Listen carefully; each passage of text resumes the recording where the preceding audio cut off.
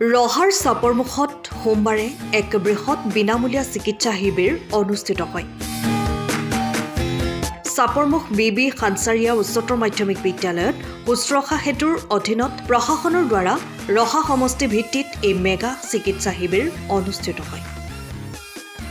জিলাখনৰ চিকিৎসাকৰ্মীসকলৰ উপৰিও গুৱাহাটী আৰু নগাঁও চিকিৎসা মহাবিদ্যালয়ৰ প্ৰায় 1.5 কোটি চিকিৎসকে চিকিৎসা সেৱা আগবঢ়োৱা চিকিৎসা শিবিৰটোত সহস্ৰাধিক লোকে চিকিৎসা গ্ৰহণ কৰে।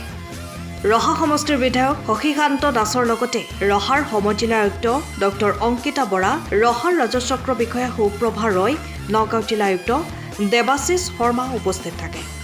চিকিৎসা শিবিৰ আৰম্ভ হোৱাৰ পূৰ্বে সদ্যপ্ৰয়াত শিল্পী হাৰ্থৰৱ জুবিন গাৰ্গৰ প্ৰতিচ্ছবিত শ্ৰদ্ধাঞ্জলি অৰ্পণ কৰা হয়। নিজৰ ভাষণৰ মাজতে সুধাকণ্ঠ ডক্টৰ ভূপেন হাজৰিকাৰ মানুহে মানুহৰ বাবে গীতটি গাই উপস্থিত লোকৰ দৃষ্টি আকৰ্ষণ কৰে।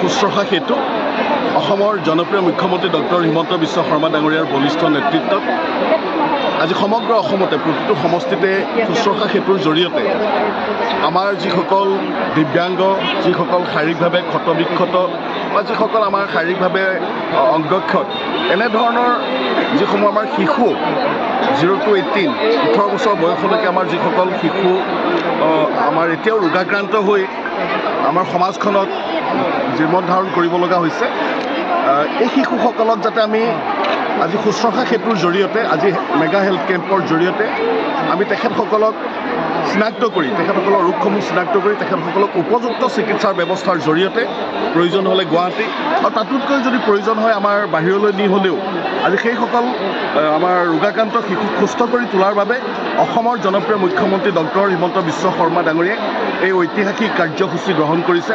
মই আজি ৰহা সমষ্টিৰ মেগা হেল্থৰ আজি এই পবিত্ৰ মঞ্চৰ পৰা মই অসমৰ জনপ্ৰিয় মুখ্যমন্ত্ৰী ডাঙৰীয়াক আন্তৰিক ধন্যবাদ আৰু কৃতজ্ঞতা জনাইছোঁ। কাৰণ যোৱা সময়খিনিত আমি দেখিছোঁ যে বহু শিশু বহু ৰোগাক্ৰান্ত শিশু আৰ্থিক অৱস্থাৰ বাবে অভিভাৱিকাসকলে এটা উন্নত চিকিৎসাৰ বাবে গুৱাহাটীলৈ বা বাহিৰলৈ নিব পৰা তেনেকুৱা কোনো পৰিৱেশ নাছিলে।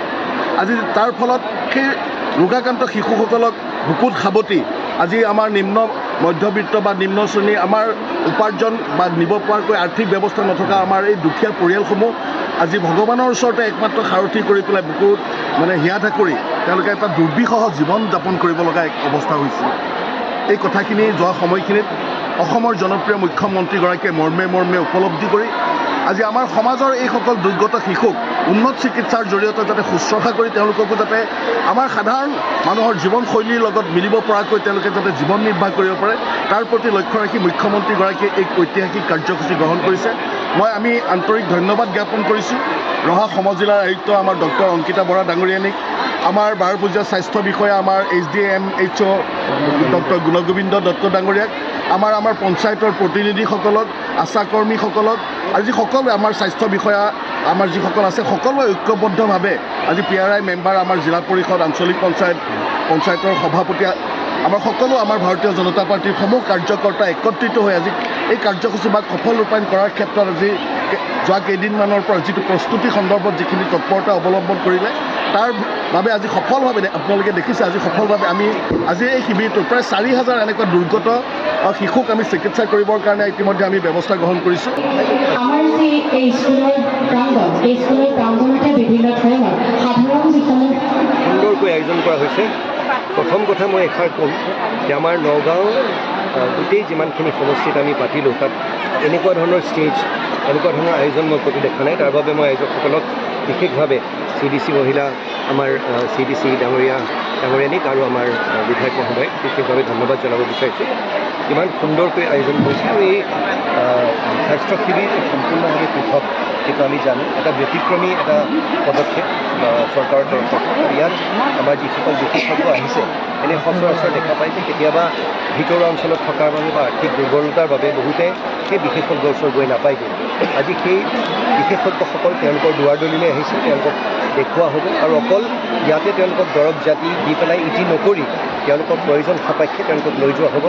গুৱাহাটীলৈ যদি প্ৰয়োজন হয় বা তাতকৈ যদি আগলৈও লৈ যাবলগীয়া হয় তেওঁলোকক লৈ যোৱা হ'ব। আৰু এই প্ৰথমবাৰৰ বাবে এনে এটি পদক্ষেপ লোৱা হৈছে। মোৰ দৃঢ় বিশ্বাস যে সমগ্ৰ ৰাইজ আৰু বিশেষকৈ আমাৰ ভিতৰুৱা অঞ্চলত থকা ৰাইজ উপকৃত হ'ব এই পদক্ষেপৰ জৰিয়তে। আমি একেলগে মিলি পেলাই এই কামভাগ সুন্দৰকৈ পৰিচালনা আমি কৰিব লাগিব আৰু অনাগত দিনত যাতে তেওঁলোকৰ এই গোটেই যিটো প্ৰক্ৰিয়া আৰম্ভ কৰা হৈছে এয়া মাত্ৰ আৰম্ভণি, তেওঁলোকৰ যাতে অসুবিধা নহয়, আমি যাতে জিলা প্ৰশাসনৰ তৰফৰ পৰা তেওঁলোকক প্ৰয়োজন সাপেক্ষে এই উচ্চ চিকিৎসাৰ বাবে লৈ যাব পাৰোঁ, এই আমাৰ প্ৰচেষ্টা থাকে। সময়ৰ খবৰ সময়ত পাবলৈ ফ'ল' কৰক টাইম অফ আছাম।